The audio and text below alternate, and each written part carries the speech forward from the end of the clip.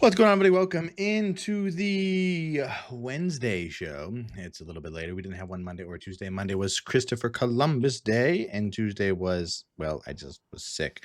But I want to talk about some stuff, so let's get right into the video. Our first and foremost story I want to talk about is the government still shut down. What are we on? Day 13, 14? Um, Look, I'm going to be honest. There's not much more I want to say on this topic. I think it's a pretty cool driving factor that I get to talk about it every single day. I think it's terrible what's happening to Americans. I think it's awful that the government still gets to get paid while they get to make the decision of so many people who don't get to get paid. But more importantly, and I'll continue to say this till I'm blue in the face, uh, someone needs to explain to me how this is the Democrats or how this is the Republicans' fault.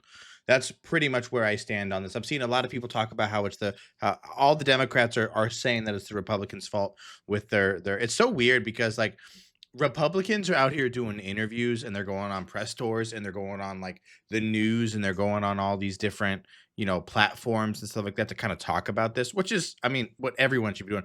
But the Democrats are doing like these a not AI, but they're doing these like edited, photoshopped videos where they're like, "Oh, nobody's around. Where are the Republicans? I'm a Democrat and I'm ready to work." Or they're like, there's like, it's always the same type of video where they're just like walking and they're like, "Me and my constituents are working hard, but the Republicans just don't want to help." Yeah, like here's the thing, right? Uh, they talk about this every day.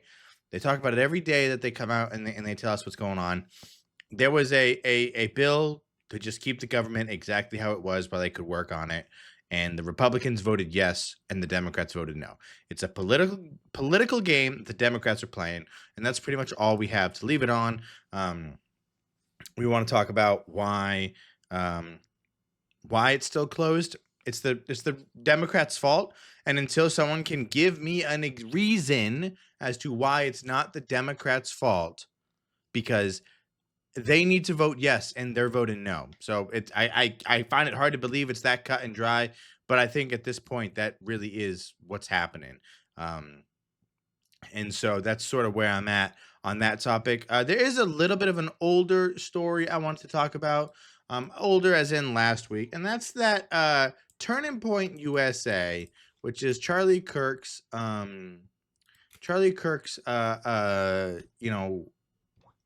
company that he started, his young Republican type of company. Um they're talking about how they're gonna do a alternate halftime show for the Super Bowl because the Super Bowl halftime show is Bad Bunny. Um, and so here's kind of where I'm at. Um, like I don't know who Bad Bunny is. I've tried to listen to some of his music. He sings in Spanish, so it's not necessarily music I listen to or I can understand it.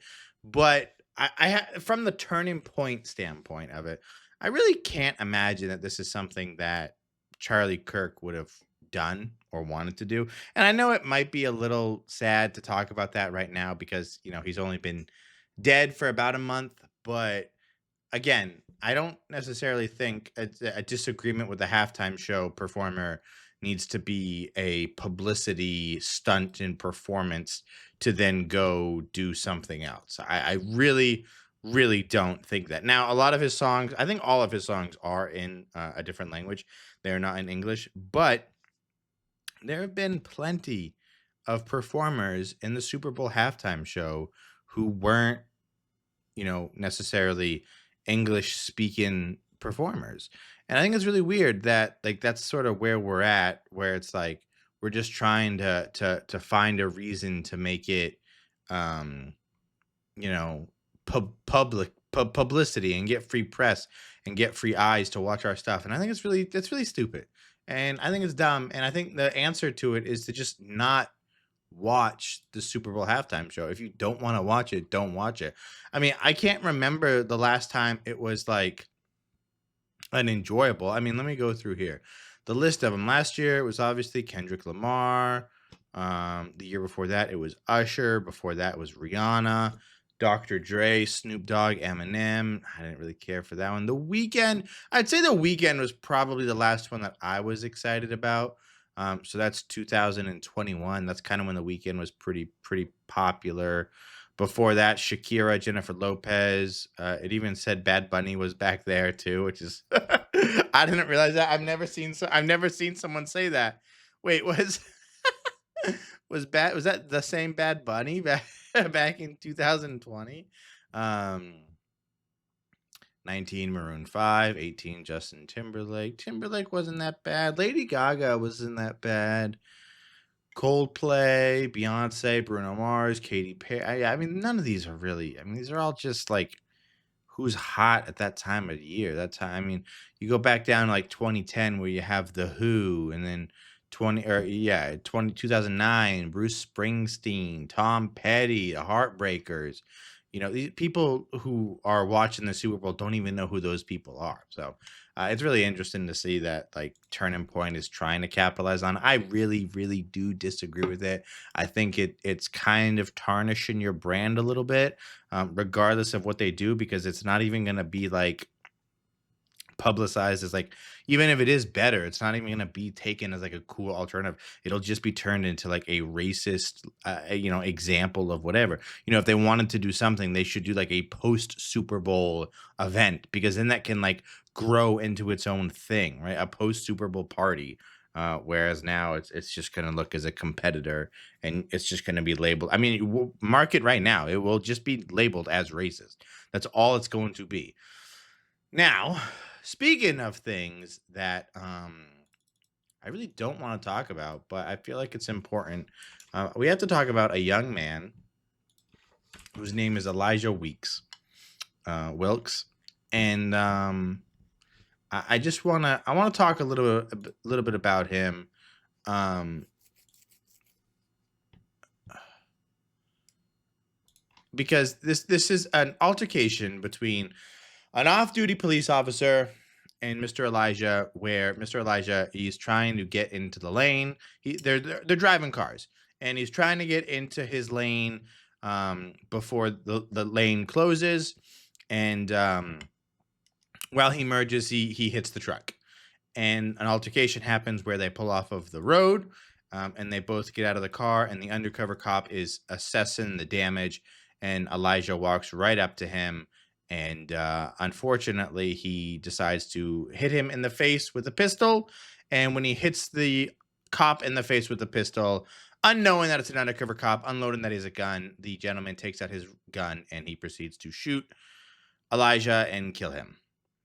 And it's a pretty sad video. It's a pretty heartbreaking video, mostly because we've all sort of had aggressive moments on the road, whether we're the one who is in the wrong or the one who's in the right. But at the end of the day, it's so sad because nothing on the road should escalate to this level of offense. Nothing that because think about, this was just a drive-in incident. This was just something on the road that happened. A piece of plastic and paint scraped another piece of plastic and paint, and a man lost his life.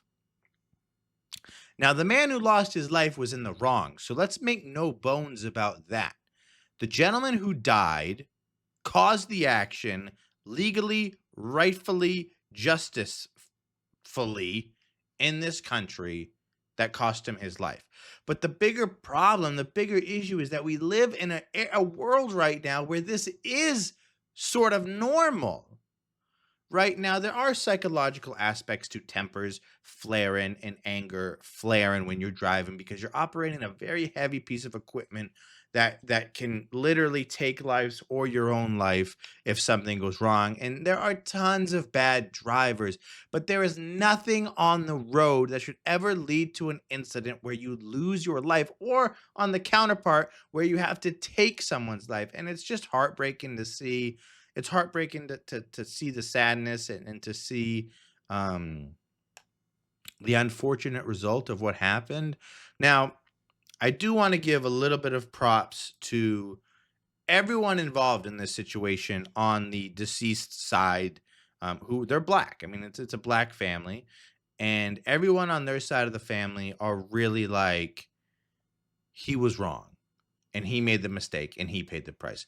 And so it's not that you want to see that all the time, but it's when I talk about things that people are just dumb and stupid things happen far more often than racism happens. I think it's important that you look at situations like this and you realize that, this guy wasn't killed because he was black. He wasn't murdered in the street because he was black. He was aggressive, agitated. He attacked someone first with a weapon, and he got the result that I think a lot of people would have. And so I just think that's a story that's important to talk about. I hate to give props to a family who are like, hey, they handled their son's death properly. But on one hand, it is something that it's not the normal. It's not what you always hear, and it's not what you always become a part of. And so I think it's something that we can learn from, and a lot of people can learn from, and hopefully they do. So that's going to be it, guys. That's going to be it for today's show. Thank you so much for watching. I hope you guys have a wonderful day. We'll be back tomorrow with some more news. I guarantee the government will still be shut down, but we'll find some more stuff to talk about. Make sure to read your Bibles, get a little closer to God, be a little bit closer with someone in your life, pray, be grateful for each other, be happy for each other, forgive and forget, and I'll see you all tomorrow.